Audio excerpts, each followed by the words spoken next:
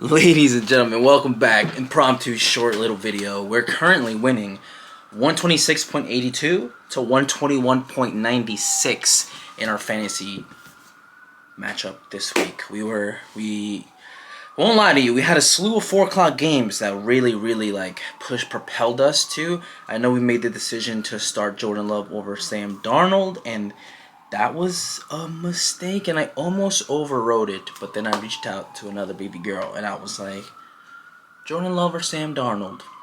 You're the tiebreaker.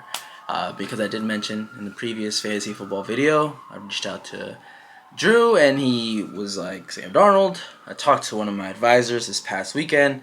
They were like, Jordan Love, and so I reached out to somebody new, somebody random, and they agreed. They said Jordan Love. So Jordan Love got us 9.02 points. Not enough to hinder us, enough to be there and feed Josh Jacobs the ball. So moving forward, we'll probably stick the rest of the season out with Sam Darnold. And I have Josh Jacobs, so I think I only need one Green Bay offensive weapon on the team. Something food for thought, something to think of. And also, Sam Darnold gave us 27.2 on the bench. We could have won the game in dominating fashion, but we also had Rico Dowdle on the bench, and he also gave us 28.1. So Josh Jacobs gave me 20 points. Solid performance from Josh. We love that, Josh. Jahmyr Gibbs gave me 5.8 points out of the projected 19 points he could have had against Minnesota, and the team lost that game. DK Metcalf, 2 catches for 6 yards, 2.6 points. Deebo Samuel, 9.4 points, and he played Sunday night. Josh Downs, 15.7 points. Good. Better than the projected 11 points he was going to have. And then the Chargers D gave us 9 points, and then the Colts kicker gave us 12 points. Now, I know what you're thinking. How are you winning 126.82 to 121 right now? Because I put in Brock Bowers at my starting tight end. And he had 12 catches for 127 yards and 3 touchdowns, scoring a whopping 43.3 points. So that's why we're winning. That's why we took that guy in the 3rd round. So we're happy with the performance. Welcome back, Brock Bowers. I wish you nothing but health and success in the remainder of your season. And we also had Jake Ferguson at my flex. And I was win probability with him in my flex, 99%. So my opponent had 1% chance of winning, and that's if Ferguson caught every ball, fumbled it away every single time. And with the margin being 126 to 121, I don't want to test that. So I have 2 players that are on bye, both on the Buccaneers. I have a wide receiver and their tight end, and so I subbed out Ferguson for the tight end. So for Chris Owen, I think that's his name. Is that his name? Cade Owen, the tight end. So I subbed him out. You can see right here that it's red because they're on bye. So the best way to win is to figuratively take a knee. So I am taking a knee before Monday Night Football's matchup tonight. I'm taking the knee and I'm running the clock out. So 100% win probability. I don't know if you see that. But 100% win probability, better than 99% win probability. So, Jake Ferguson, thank you so much for your service. I hope you have a great game tonight. I hope you score a ton of fantasy points for people who are relying on you to win to their matchups. So, fantasy gods, thank you for Brock Bowers. Appreciate that. And we're putting in somebody that's on bye. I'm taking a knee, running the clock out, and we're going to take this win 126 to 121. We will currently be 4-5. A lot of people will also be 4-5. Somebody that's 5-3 is going to go into 5-4. They're losing currently 174 to 120, and they still have fucking Javonte Williams, their running back on the Cowboys. So if he has a solid game, then they're projected to win 190 to 120. Crazy work there.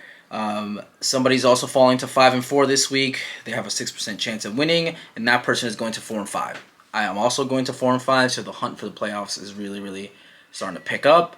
Another person going 4-5 this week, and one dropping to 1-8. And then this matchup right here, two teams that are 4-4. They still have one player to go, so one player to secure the win, one player to potentially take the lead. They're currently up 111.3 to 106.38, and it's the probability meters are in the 50s to 40s. So we'll see how that matchup goes. But one will be 4-5, and one will be 5-4, and I'm super happy about that. It's been a long season. My team is remaining healthy and getting healthy, and other people's teams are injured or getting injured. So that's the advantage that we have. So a little quick fantasy update. And in front of me, I have the new ROG Xbox Ally X.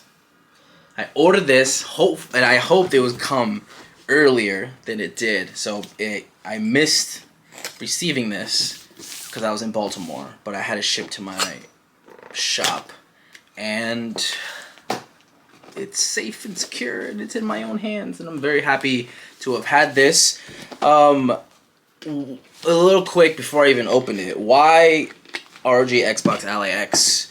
Why not a Steam Deck? Why drop the 1,000 MSRP on a device that may or may not be better than what Steam has to offer? So personally, I don't have a rat in the race when it comes to the computer handhelds. I don't have an extensive Steam library.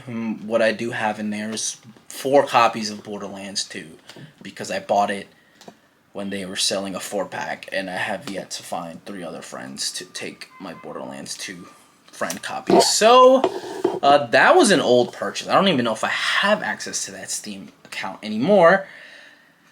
Windows versus Linux, I could give 2 shits, to be honest. I have the Logitech G Cloud that I've been using when I take to Baltimore, and I'll show you, and I'll put it to comparison. But I bought this other case for it from Amazon. It's actually fire, and it's so convenient. It's a little dusty because I didn't take it this time. But this is what it looks like when you're playing the game, and it's white instead of black. So you see right there.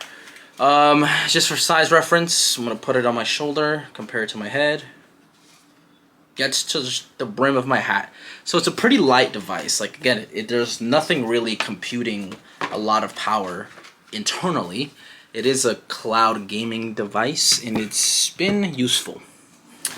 But whenever I do travel, and whenever I do want to play Dead by Daylight or Fortnite will run great on that. Dead by Daylight, depending on the Wi-Fi, can hit or miss. So, what I really just wanted is something I can play Dead by Daylight on, if I'm being frank.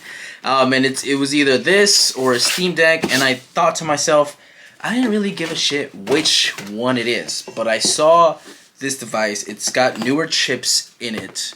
So do I want an old ass Steam Deck that could probably not compete with games coming out these days? I know that it's modular and that you can update your Steam Deck if you really wanted to, but again, that's not me. I don't do that. I barely do that. Like, I barely put mods on games. Like, when I had a laptop, barely put mods on Battlefront 2.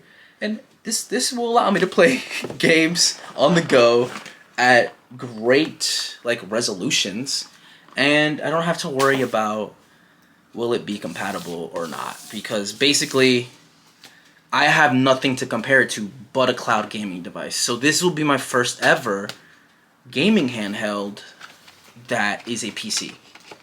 Compared to like the PSP or the Nintendo DS, like this is leaps and bounds better because of just how much time we've progressed. So here it is in all her glory. Jesus Christ. People say it's heavier than your typical cloud gaming devices, your typical gaming PC devices. But just to compare the size to my head, that's significantly bigger. than the Logitech G Cloud. Like, I'll have them both right here. Like, that's quite significant. But it feels light as fuck. Like, it's still, like, not that heavy. So I'm gonna set this up. These are my first impressions. I've watched tons and tons of YouTube videos regarding this purchase after I made the purchase. I didn't want to psych myself out. I just bought it. Then on my 3-hour drive to Baltimore, watched 3 hours worth of RG Ally Xbox X, RG Xbox Ally X videos, and then on my way back, 3 more hours of those kind of videos. So I'm excited to set this up. I've got quite a bit of time to set it up. I've seen what the setup process looks like, so that's what we're gonna do. Fantasy football updates. We are 4-5. On to next week. Time to get to 500. Let's see who we play next week before I let you guys go.